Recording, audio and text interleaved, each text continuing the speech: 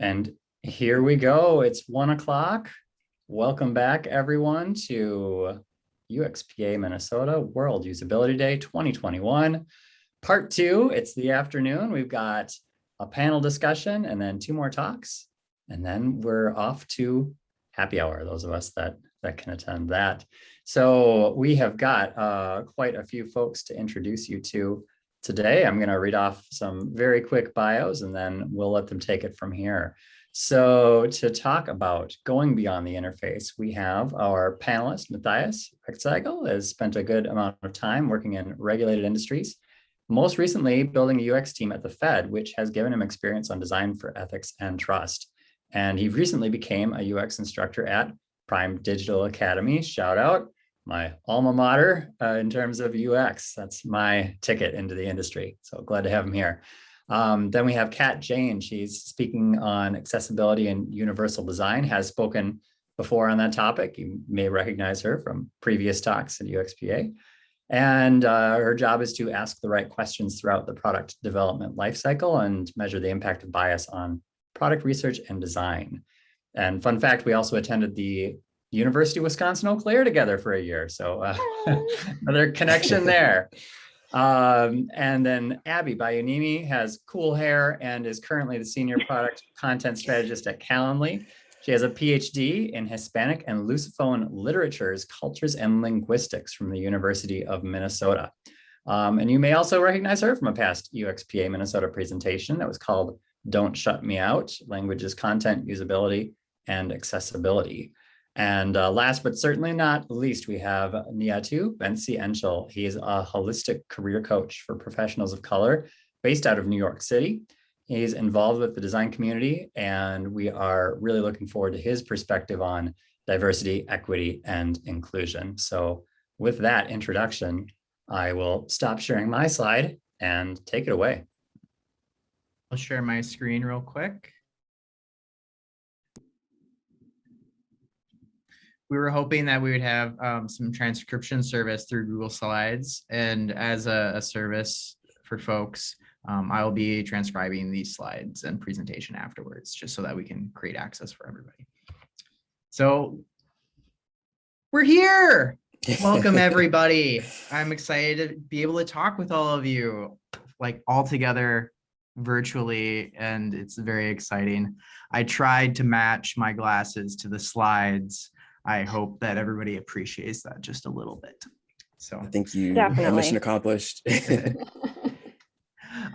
So we're going to be talking about trust, ethics, and integrity. This is kind of the silver lining throughout the day, and it's a very, very important topic for designers. We try to do this every day, and sometimes we have to go beyond the interface. So research, content, and organizational design are all key pieces in creating a more usable digital landscape.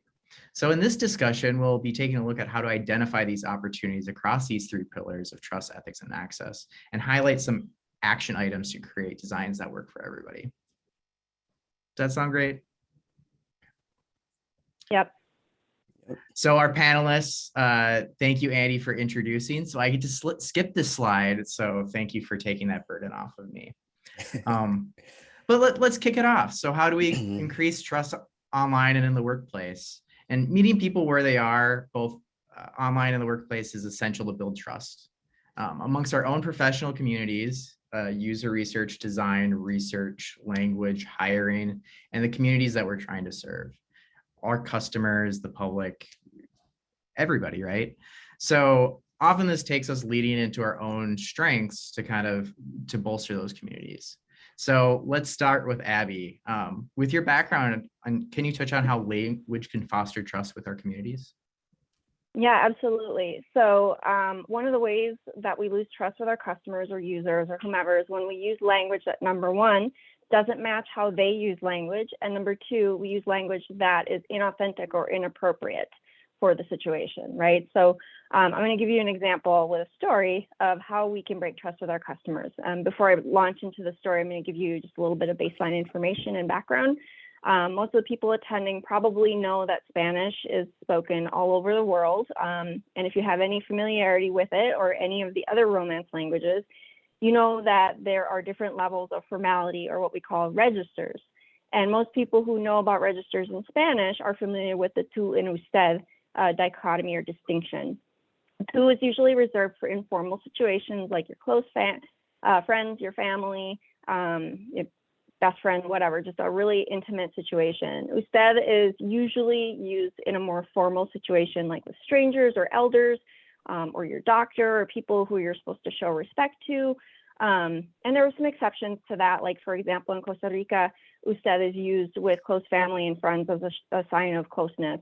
So there's some variation in how those are used, but that's the basic structure.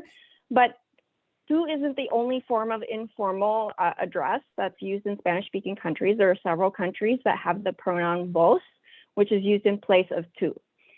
They still have tú, but vos is what's used like in your close family or close relationships. And Argentina is one of those countries that uses that pronoun vos. So my story is about my master's advisor. He is from Argentina. And in Argentina, advertising and interfaces and things like that didn't typically use formal registers or informal registers, excuse me. They used more formal, so they were talking to you with respect. And he told me about how there was one time when he was a guest professor at a college in Spain. And so he was living in Spain and he kept seeing commercials and advertisements and things like that that addressed everyone in tú. So it was super informal. And he said it really pissed him off. And, translated to English, his comments were basically like, who are you to talk to me like we are friends? We are not friends. You're trying to sell me something and I don't want you to treat me like I'm your buddy. So that's just like a really salient example of how we need to know what kind of language to use with our customers or users, and what we need to know how they want to be spoken to. So I doubt that he, for example, would have developed any brand loyalty to anything that talked to him in that way. And that's definitely the wrong register to use to market to someone like him. So that, thinking about register and how we need to talk to people in order to build trust is definitely a consideration both for your content strategy and your localization efforts, which I'll talk about a little bit later. So we need to make sure we're using the right register and voice and tone when we're thinking about how to build trust with our users and customers. Thank you, Abby. I would not have known that at all. And as somebody who has failed Spanish 1 4 times, I am very committed to trying to learn, but it doesn't quite stick with me so much. Kat, how about let's share your experience. Yeah, I mean, I thought that was such a fantastic example, and I learned a ton there too. Really when we're talking about localization, a lot of times we think it's this straight like A to B translation, and it's just not. There's just so much that's lost there.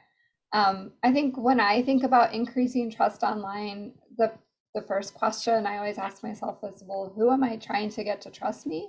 And a second question I think we all need to ask ourselves is, should they?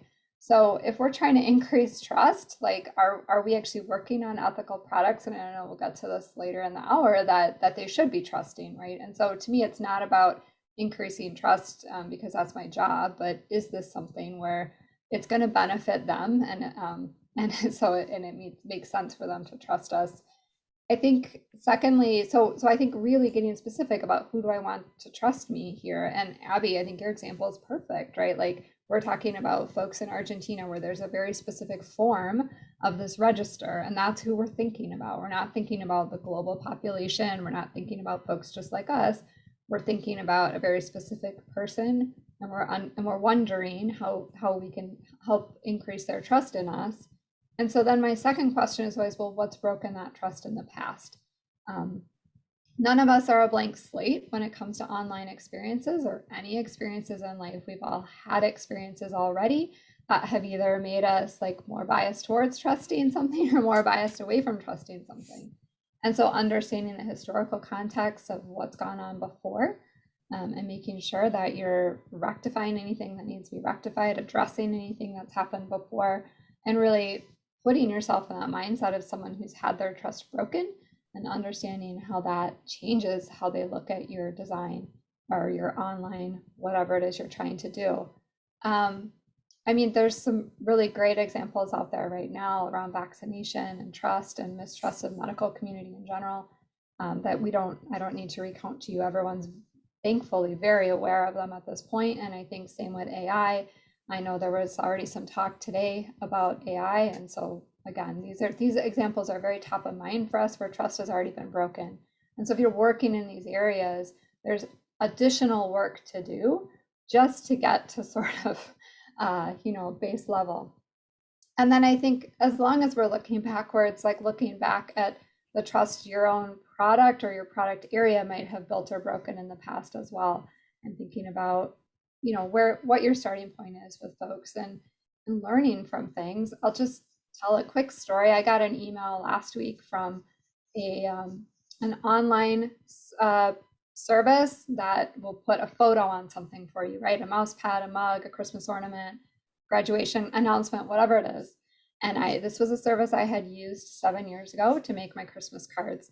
And all of a sudden, 7 years later, I got an email that said, wouldn't you love to make some, memories? Wouldn't you love to use your memories from 7 years ago to make some new merchandise?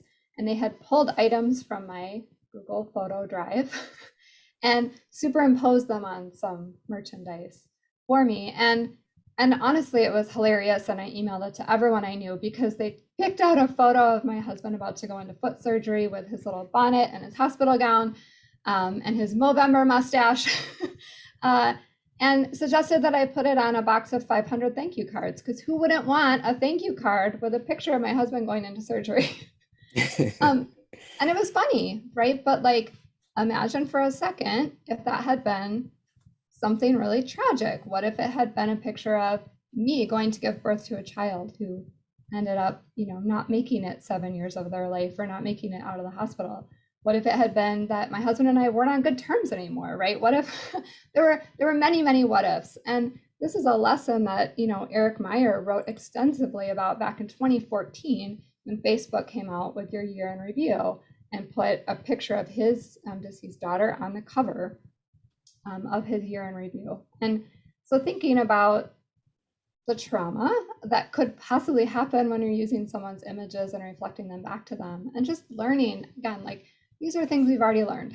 So I guess whenever I'm thinking about trust, I'm just thinking, what do we already know about these people? What do we already know about our experience? And can we keep moving things forward and not like kind of make the same, I don't want to call them mistakes, but make the same decisions. Can we make better decisions? Thank you, Kat. I think there's the adage in tech that we should move fast and break things. And often us tech workers aren't retrospective and like looking at the past and how we've broken that trust in the past. Right. And we have to look back and fix the things that we've broken. So Nii Ato, could you share your experience in this space? Yeah, sure. When it comes to being trust online and in the workplace, 3 words kind of came to mind as we were going through this conversation so far. I think about being welcomed, feeling safe, and then also transparency. So welcome, safe, transparency are my 3 words.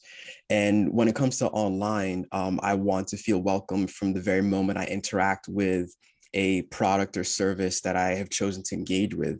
If you see my name on screen, Nii Ato Bentsi-Enchill, I'm gonna use a very specific example of filling out forms online. My first name is Nii Ato. There's a space in between it. It is a compound first name. And then I have a hyphenated last name. And I can't tell you how many times I felt rejected or unwelcome by online interactions because the form fields for my name would not accept my name as it is written my entire life. And so from that very moment, I feel unwelcome and I don't trust this product or service because they're not welcoming me as I am. They're not taking my name in from the jump as it is written. And so that is a breach of trust. It might feel small to some, but names are very important. That is part of my identity. And so if from the very beginning I am rejected or feel unwelcome, I'm not going to trust this service. And so this is getting a little bit ahead into, design implications and all of that. But are you designing with everybody in mind? Is everyone going to feel welcomed by your product or service and therefore able to trust you because you've taken the time to welcome them into your ecosystem, into your products, into your services? Are they welcome? Switching over a little bit to the workplace, that transfers there as well. It's all well and good to have a wonderful diversity statement. It's all well and good to have different initiatives, but when people who come from various identity groups, whether you want to call them underrepresented or marginalized, we can have semantic conversations.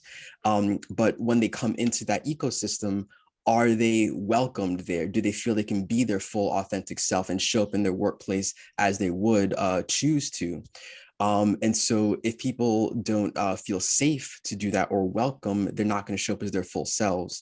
And so safety or even psychological safety are really important components to think about in the workplace. If I have to expend mental energy wondering if I am safe, then I can't be my full self in the workplace by showing aspect of my culture, an aspect of my personality, or aspect of my upbringing. Are these things going to, again, be welcomed, and am I safe to be these things in this environment? And then moving over to transparency, I watched a little bit of one of the talks earlier, and I think, I forget the presenter's name, but it was just related to Mozilla and transparency and online search and DuckDuckGo and all of that.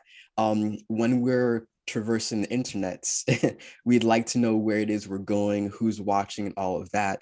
I remember being educated that when you share a link with someone, it's better to share the full link in some cases versus the truncated or shortened version, so they know where they're going to go. It's transparent what I'm clicking, where it's going to take me. And so transparency with products, with pay, with services, with all these different things is very, very important. And then with policies internally at a company, is everyone able to see what the motivations are, what the end goal is, what the benefits are, and who the beneficiaries are of any particular policy or action taken within a corporate space or a company space? And so when there's transparency, when there's safety, and when there's welcoming, those three words came to my mind as three things to maybe hold on to or embed into whatever processes you're undergoing in order to build and increase trust into your processes from the very beginning. Thank you for that, Nii Ato. Those three terms, welcome, safe, and transparency, I'm gonna probably put that on a poster so that I can like share my students, and we'll have that in the room, because I think that's what we should all be striving for, is because we can and should do more. So the next question, kind of leading into like, what are the ethical implications of our design? We kind of heard a little bit of like reducing barriers for access for people who just have Nii Ato. He has a name that has a space in his first name. So like creating those barriers for access. What are the implications of that? So as we design for trust, we must continuously ensure that technology, because technology isn't neutral and it's not intended to harm those is at the edge. So Kat, could you kind of bring us to our second question of like, what are the ethical implications of our designs? Yeah, absolutely. I loved those three words too. Like I wrote them down. That was fantastic. And I think I just want to pick up on transparency for a minute, because I think that's a perfect segue into here. The photo example I shared a minute ago, I think when I uploaded a photo to put on a Christmas card 7 years ago, I don't remember that it was transparent to me, although it could have been in some fine print, that they could have access to my Google Photos and send me whatever they wanted, whenever they wanted, until like forever, I guess, until I find some way to ask them to stop doing that. So that transparency of like, here's how we're going to use your information. If you choose to upload a photo, what we're going to do is have access to your photos forever, right? So making sure that that transaction is transparent. And I think that really gets into the ethics of, again, the harm that might be done by using someone's information. Of course, sharing it with anyone else, right? When I don't know, but sometimes even sharing it back to me could potentially be harmful. And I think when I think about ethical implications, for me, it always starts with, if we're going to design something ethical, then we have to be really inclusive about who we're talking to and who we're doing our research with. And our research needs to be completely ethical wherever possible, right? So that whatever we're designing is built on research that was trustworthy, that was safe and welcoming and transparent. And I think those three words like sum up what your research should be as well. So I think about, we're working a lot over the last 2 years, and in particular, really focused on this over the last 2 years to understand how we can break down barriers to getting people getting people into the research, right? And so that means we don't hardly use our lab at all anymore.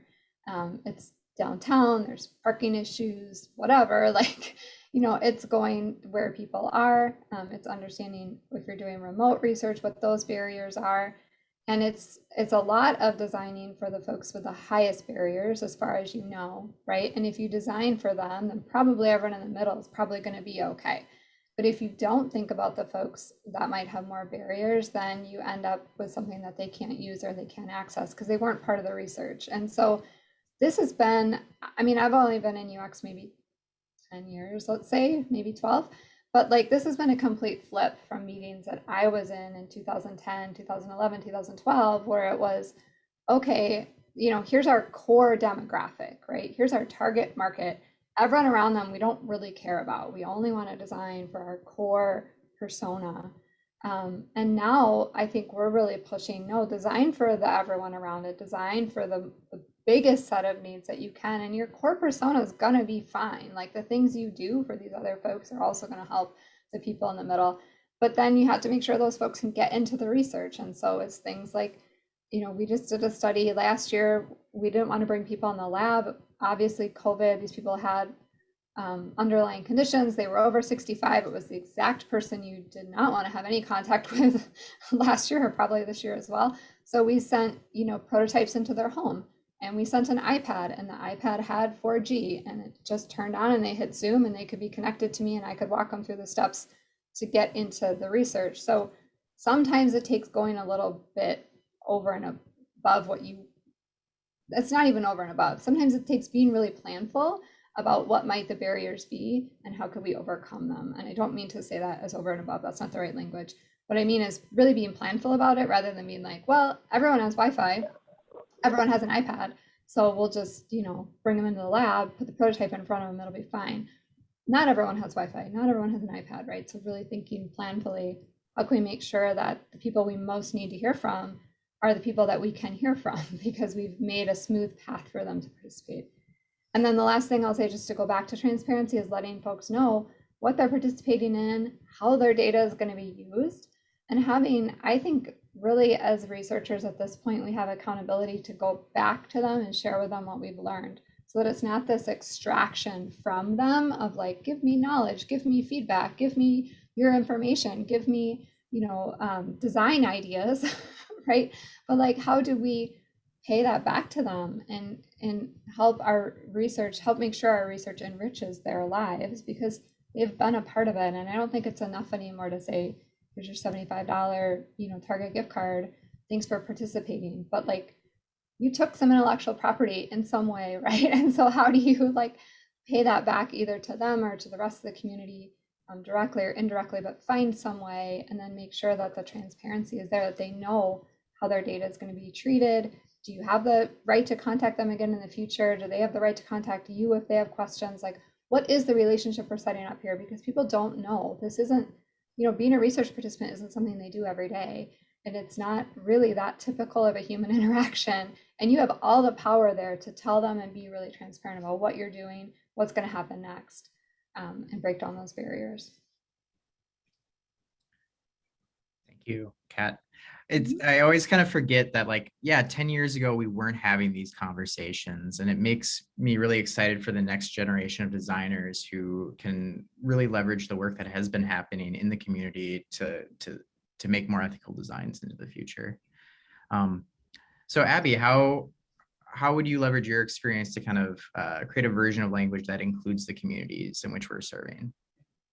Yeah, so I really like that we're picking up those three concepts: transparency, safety, and welcoming, because language has an important role to play in those three concepts as well. And I'm going to both piggyback on the answer I gave before about how we should be mindful of cultural values around language. So how do users and customers want us to engage with them? How do they want to engage with us?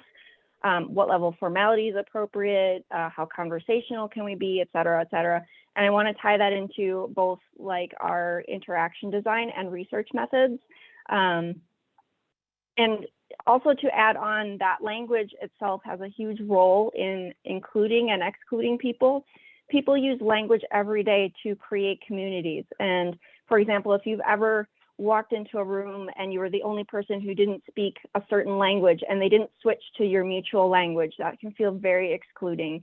And so that happens even with like regional variation as well. So if you are talking with someone who speaks a different variety of, let's say, English than you, and you don't understand, like you go to a British pub and it's all Brits and you're not having an easy time understanding the accent, you can feel really excluded. But if they make an effort to include you and say, oh, hey, do you need me to speak a little slower? Do you need me to repeat myself? That can make you feel included. And that same kind of principle happens when we are putting words on things, whether that is like Nii Ato was saying, if he can't put his name the way he wants it into a form, that's exclusionary. It makes him feel like this is not for him. And that has happened a lot to people who have like a 2-letter last name. If your last name is Lee, L-Y, and it says you must have at least 3 or 4 letters in your last name, you can't sign up for the thing. That doesn't make you feel like you're welcome in that experience. If you're doing research with your users and you're collecting demographic information, for example, how are you asking about gender? How do you think a non-binary person would feel if their options were male, female, and other? What does it feel like to choose other? Does that make you feel included, or does that make you feel like you don't belong, like you're, not even in consideration from the people who wrote this thing? Do you feel valued by the company? Do you feel ostracized because the person who wrote the form was too lazy to look up best practices in, collecting gender information? Why are you even collecting gender information? Do you really need it? What is it for? Are you telling them why you need it? We need to, like Kat was saying, we need to scrutinize what kind of PII or personal identifiable information we're asking of our users, and then telling them and getting explicit informed consent from people about what we're going to do with their data. And that doesn't mean just handing over an NDA and saying, please read through this, because how often do people read those? Legal has had their fingers all over it. It's likely to be pretty inscrutable to the average person. And so we need to verbalize what they are consenting to and make sure that they understand and get a verbal yes or no that they wish to proceed and participate with our research. And we need to be ruthlessly protective of people's data and 100% transparent about how we use their contributions, as Kat was saying. And, we also need to be protective of our participants when we're sharing insights across our organization. Don't go spreading people's names around, especially if you're sourcing your research participants from a customer list. I have seen stakeholders go behind the research team's back and contact users who said something that was unfavorable about a product and then berated them for doing something like that. And it's not okay. We need to protect our users because, as Kat said, we don't want to be extractive. We want to protect them and we want to provide mutual benefit to them. And then I also wanted to talk a little bit about designing interactions with language and what we consider a use or an edge case. There are things that have in the past been considered edge cases that probably really shouldn't have been. If you're designing a voice interaction, for example, deaf and hard of hearing people or people who don't use spoken language are not an edge case. That is a whole group of people that you're leaving out if you have no other way to interact with the product, if you're designing a purely voice product. And people using a voice assistant, for example, in times of duress is not an edge case. We need to design for those things. There was an article, I think it was in 2016, and I don't remember the publication, but I can look it up and share it if anyone's interested. And they looked at how Siri, Alexa, Google Home, all these other voice assistants responded to users who had just been assaulted and were asking for help. And the responses were things like, I don't know what that means, or I don't know how to respond to that. Imagine you have just been assaulted. The first thing you think to do is to figure out where you can get help by using your voice assistant. And it says, I don't know what that means. What is that like? What does that feel like? Imagine if you had been the victim of assault and that happened to you.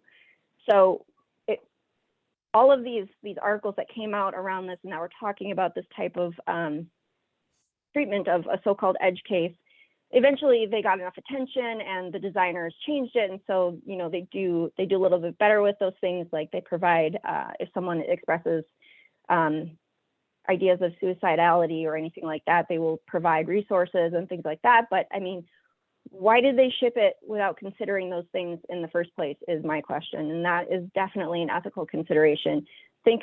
Really thinking about what we consider an edge case, especially if there is a potential for someone to use the product in a way that you didn't anticipate that could be potentially harmful to them.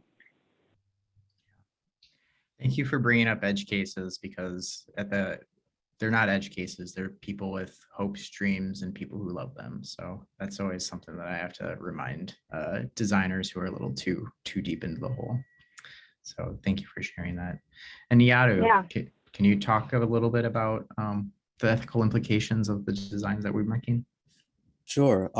When I was considering this question, I was wondering if in your world, and any of you can answer this to get us started, is this question, what are the ethical implications of our designs, asked after the design is out in the world or before the design is out in the world?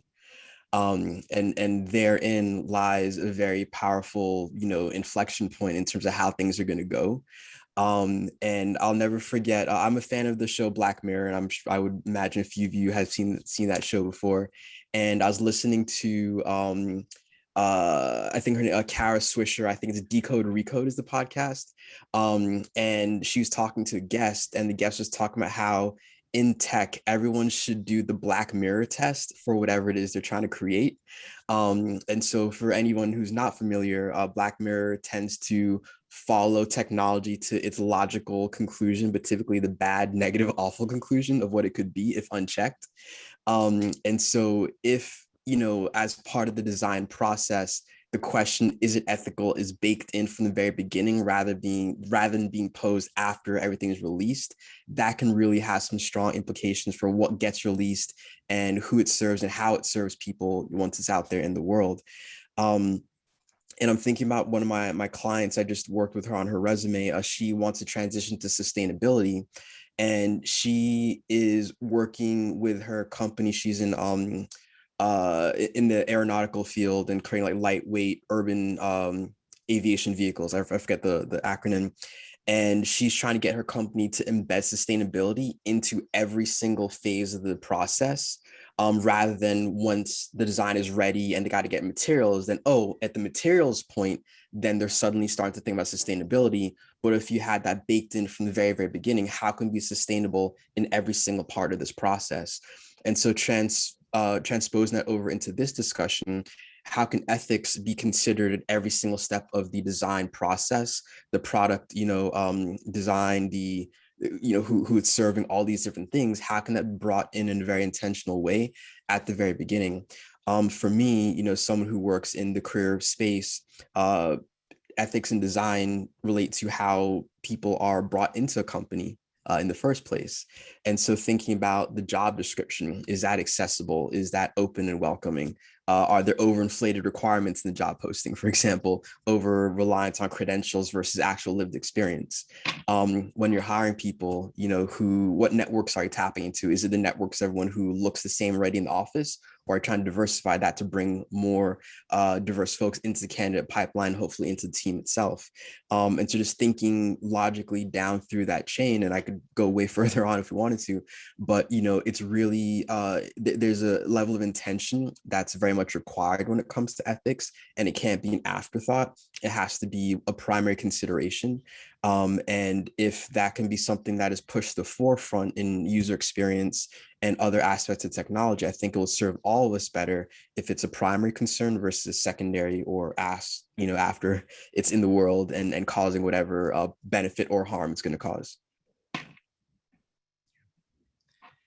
Oftentimes ethics are always an afterthought, and my students are probably getting sick of this analogy, but ethics are like brushing your teeth. You have to do it every day, and you have to do it multiple times a day, because if you waited until the end, you would have no teeth, which is like not a great analogy, but I have to keep the thread for all my students who are watching. So thank you for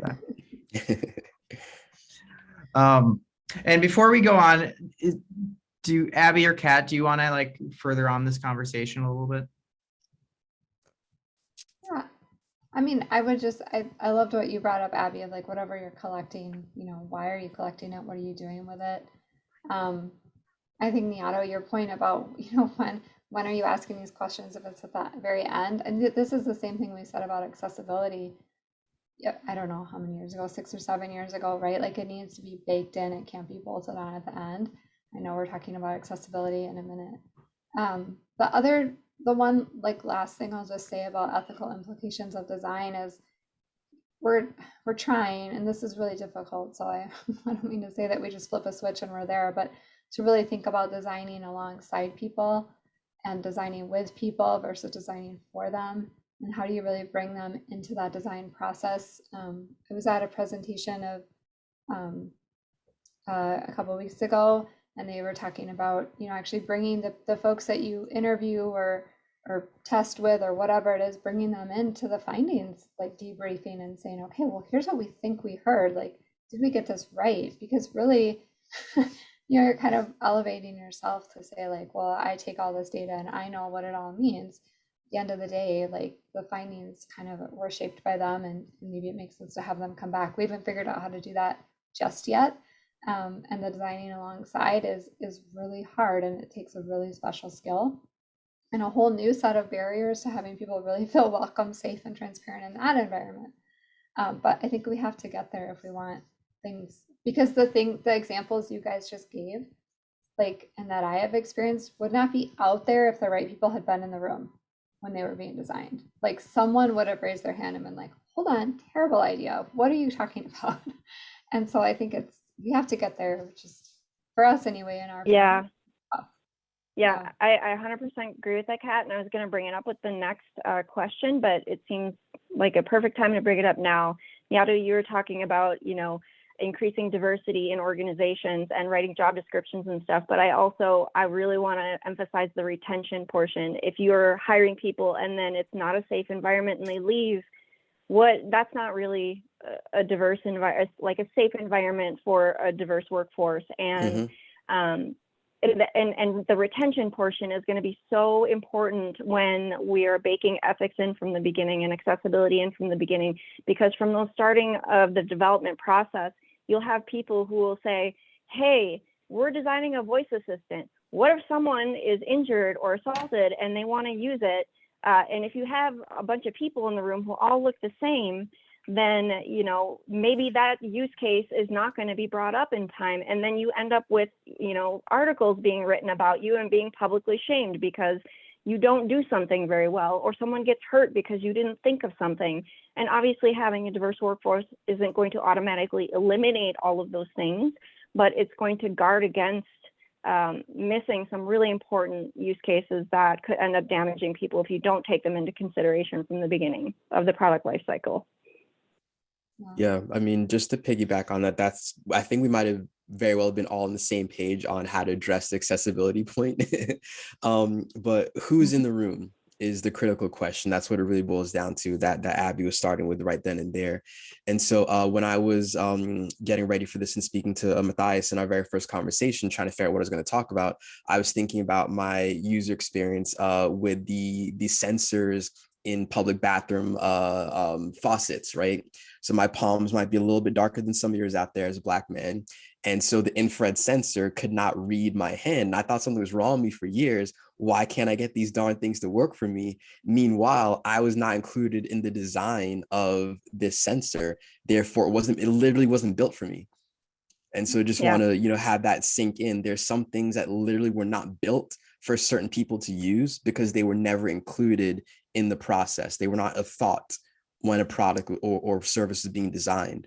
And so it's not possible to have every single person in the room, but you can do your best to be as inclusive, as representative as possible. In the same way, all of you who are researchers try and get representative samples, me throwing my stats lingo in there a little bit. But you do your best to do that because it has significant bearing on the quality of your results. Is this a sample, and are these results that are reliable, that you can generalize to a broader population? You can't do that without a representative sample. And so it's almost mind-boggling how, if people really are committed to statistical rigor and getting those representative samples in that realm, why can't you do the same when you're developing a product that is, you hope is going to have mass appeal typically? And so, through going back to recruiting process, that's how you get those people in the room. And so, are you sourcing from where diverse candidates come from? That's not hard. You just got to go there. Are you opening up your criteria in terms of how you assess the fit of individuals to your team? The way that I show up and the way that Kat shows up might be different, maybe because of culture. Maybe I'm not as effusive, or maybe I don't easily speak about my achievements as well as Kat might be coming from this society, but I still have competency and I can add value. But if you're not checking for me in that way, you'll never hire me. And so what's happening in that realm? And then even down to just the inclusivity on neurodiversity. Some people are great on the spot in interviews. Other people need a bit of time to prepare. So one tactic I picked up was, what if employers gave the interview questions 15 to 30 minutes ahead of time? That allows for the quick-witted person to be great, and the person needs a bit of time to come up with the answer. They have a fighting chance too. And so little things like that can help to make your recruiting and talent acquisition process more accessible. Therefore, the people on your team will be better represented, and therefore you can make products that are more accessible to more people. And so it really is a cascading effect.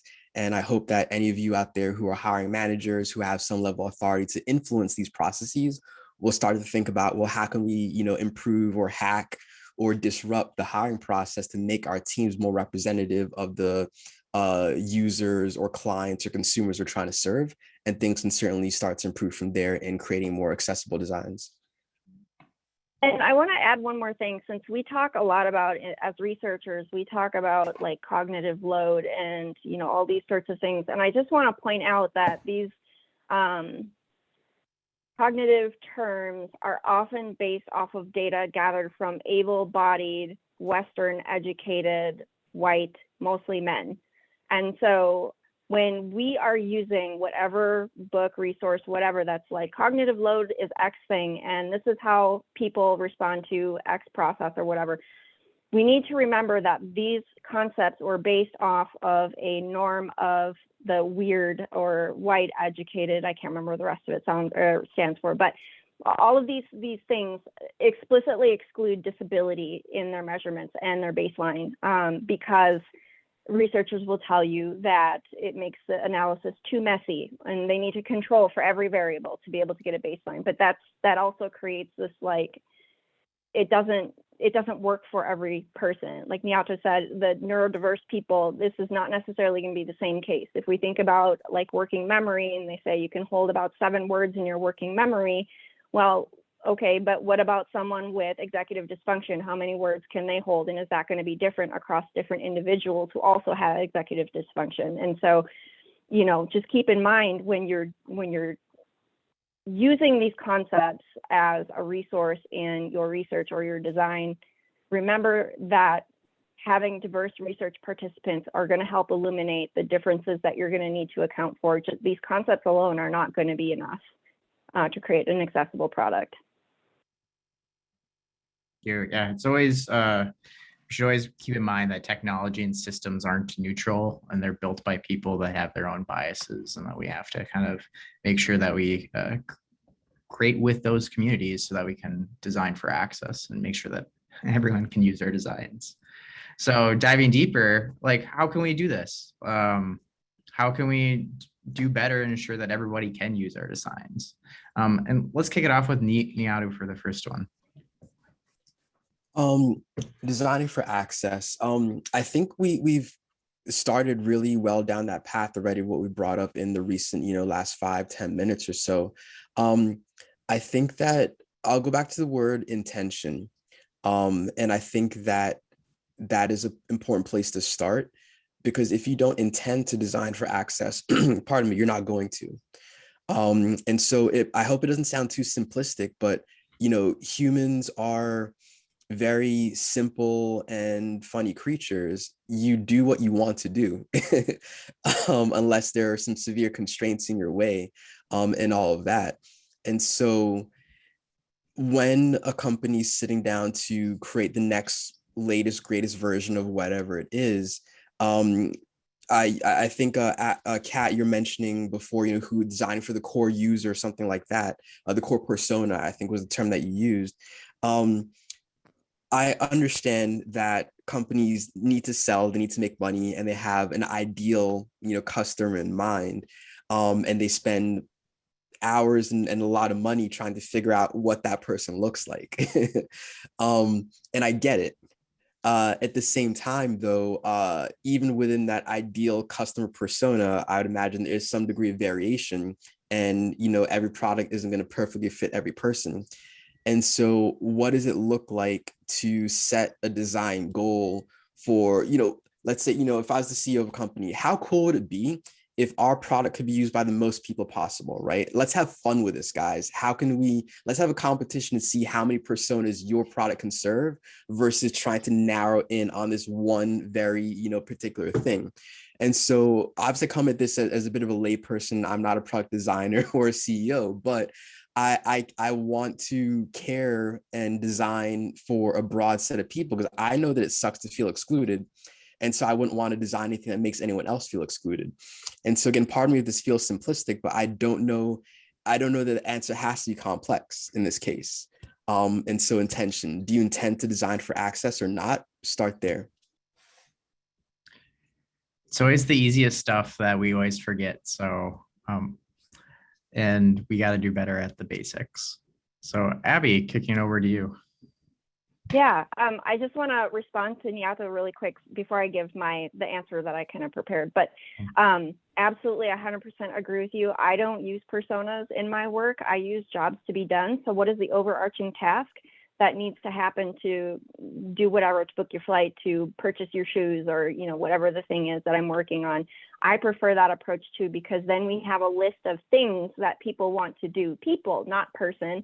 And we avoid pulling in those biases. So like I've seen personas that are like, Maria is a single mom that does this and that and the other thing. I'm like, okay, so what are the internalized beliefs that we're bringing up by calling her Maria and saying that she's a single mom and all these other things? And I understand that's an exercise to try to create empathy for people, but as you're saying, it can backfire a little bit. So jobs to be done isn't perfect, but at least it gives us more of an opportunity to look at the product and its use instead of just a person who might use it.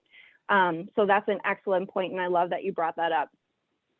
Great. As far as like my recommendation regarding language use, I think plain language wherever possible. Obviously, there's going to be some contexts where you're going to need to use jargon. There's an exception. So like if you are developing software for medical providers, using medical jargon may be seen as more legitimate and accurate to that audience than for general public. Like if you're developing a patient-facing health tracker or something, you want to be accurate, but also you want it to be understandable and accessible and comprehensible. So you probably won't use the same kind of medical jargon that you would for a physician-facing application. But there's some general rules that I like to keep in mind when I am thinking about how to make content for whatever product I'm working on. That not all of our users, especially if it's literally a thing that everybody will use. Right now I work at Calendly, which is a thing that anybody can use. So it's truly a general population kind of product. Not all of your users are going to be first language speakers or users of English. And so they might be in some process of learning English. And so their level of competency in that language might vary. And not all of your users will likely have high levels of literacy. Maybe a little bit less true with my current product, but that's going to be true of something that is meant for general population. Like if you're working on a government website or something that's meant to help people find benefits or something like that. So the reason why you want to use plain language is, and I'm going to get a little bit nerdy and go back to my PhD studies, and I'm going to talk to you a little bit about a theory called usage-based grammar that was created by Dr. Joan Bybee. And basically what usage-based grammar is it says that the most commonly used words and phrases build up the strongest networks. And so you can, if you've gone to therapy at all, which a lot of people have, you can think of cognitive behavioral therapy, where we're trying to make pathways in our brains. And so that's what commonly used language and terms do in our brains. So the easiest for us to produce and to access and to just light up in our brains when we see them. And so plain language usually pulls a lot on these commonly used words and phrases, and that's going to make things easier for people who are have low levels of literacy or who are still learning the language that you're writing in.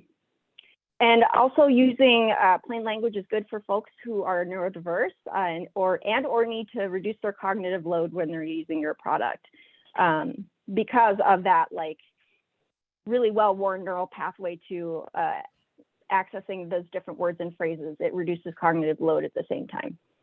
And I also, obviously, I recommend testing your content whenever you can to make sure you're not accidentally putting euphemisms for something untoward in your copy. I mean, unless that's your brand, you do you. If you want to be cheeky, that's fine. And then finally, I wanted to bring up localization.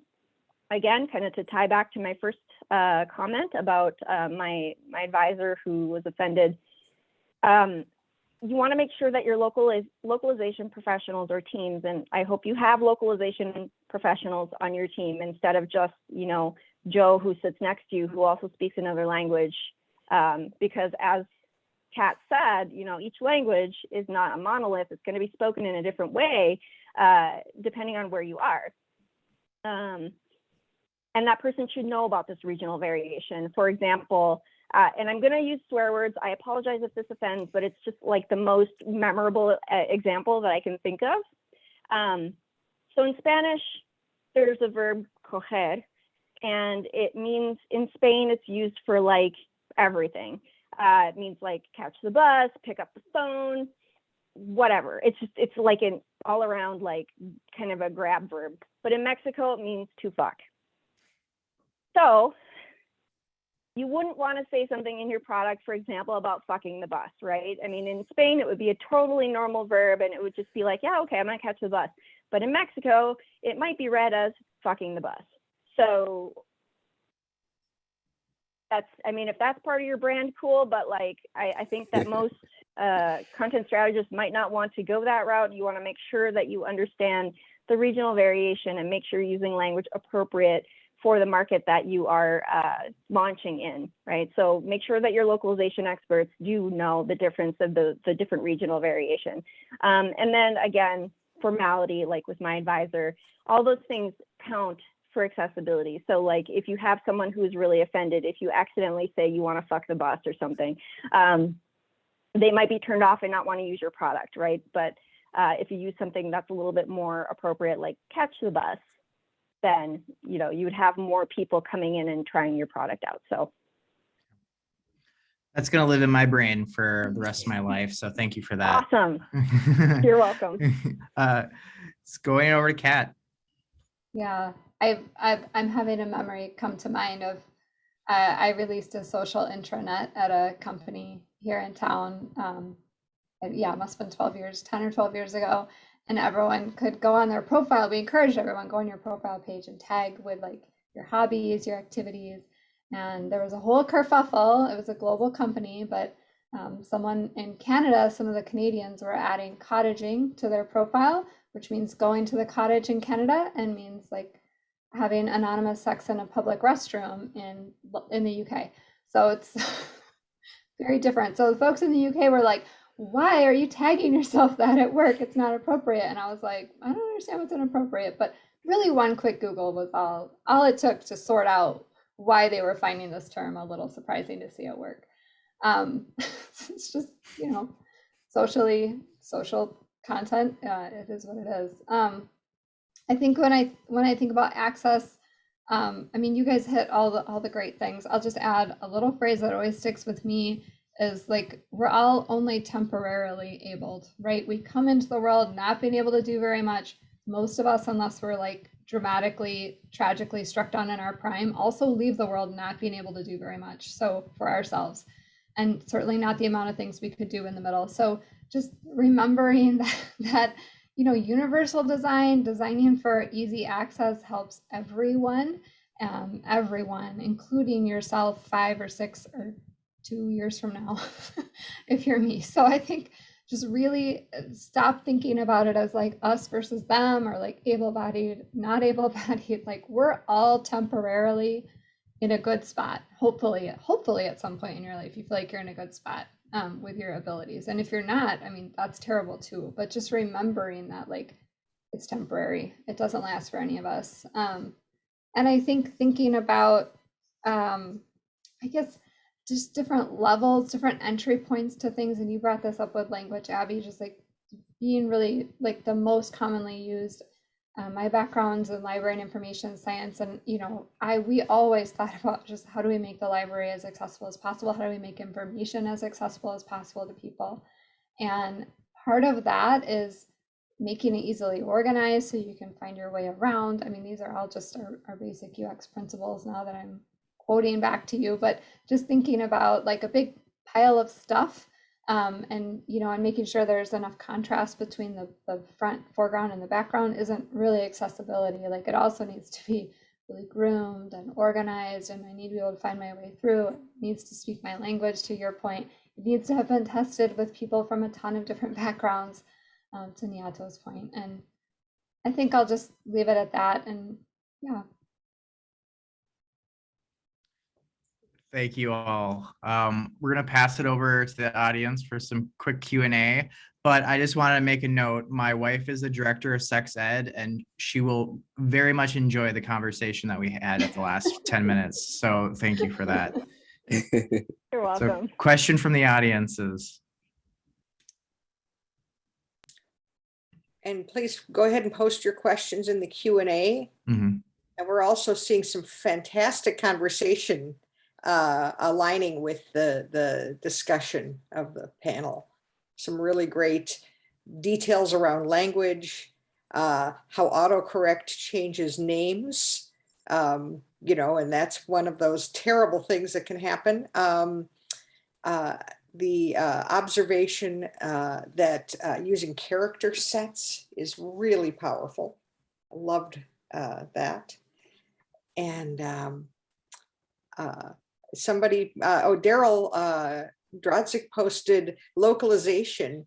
The new name of Facebook's parent company, Meta, means dead in Hebrew, which is really, wow, whoopsie.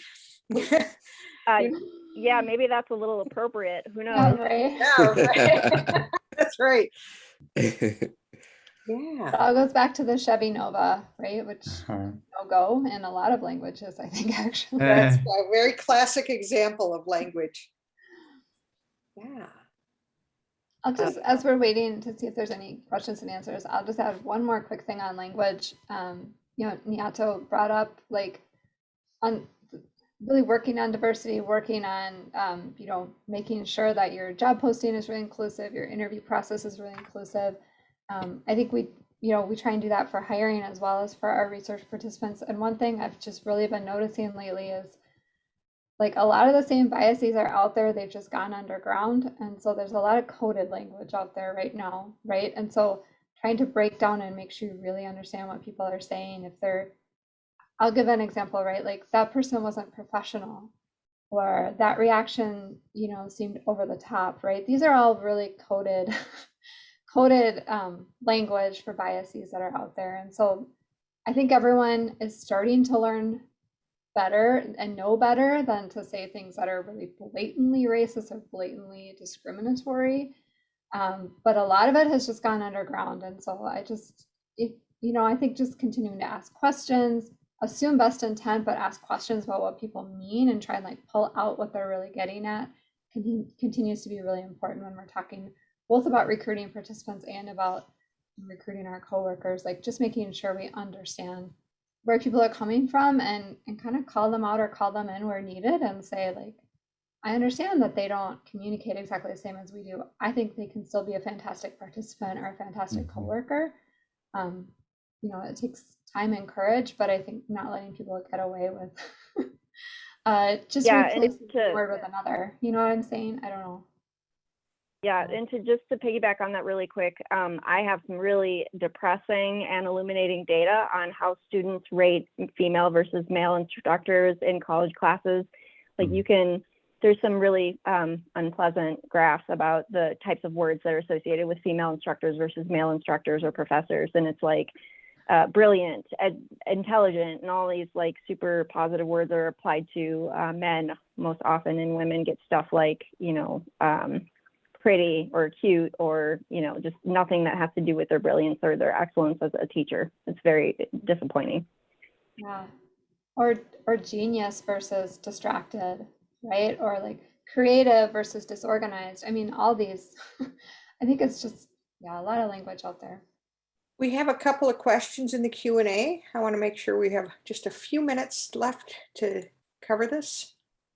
First one from Josh Kading. Kat, you mentioned designing alongside the communities you're trying to serve. Who is doing community co-design well today?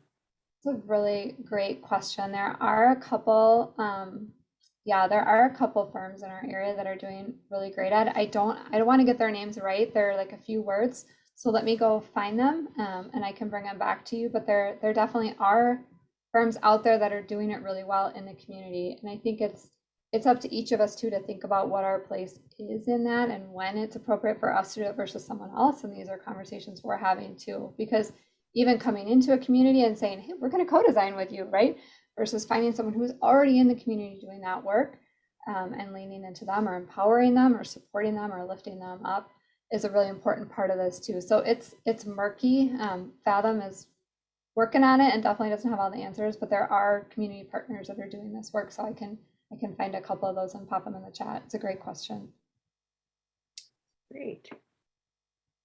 We have another one from Yihan Wu. Great conversation.